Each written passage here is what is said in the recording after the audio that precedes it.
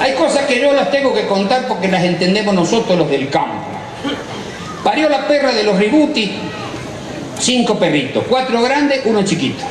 Chiquito, chiquito, ¿eh? Dice la vieja, el último que nació no se va a criar, pobrecito. Y la vieja le agarró cariño, le daba con un gotero leche y la ponía en la teta que más leche tenía la madre. ¿Vos podés creer que se crió? Vendieron los otros 4 y dice la vieja, ¿y con el último qué hacemos? Dice, se lo quedamos nosotros. ¿Y qué nombre le pusieron? El último. Claro, si le decían así.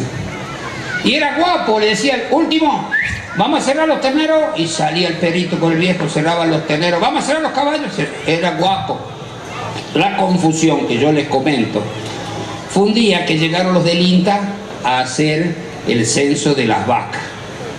Y el viejo estaba atrás de la casa en el campo renegando con una chancha que le quería comer la quinta. Y no podía sacar la chancha de la quinta. Y la vieja le gritó, viejo, echale el último a la chancha y vení que están los del INTA.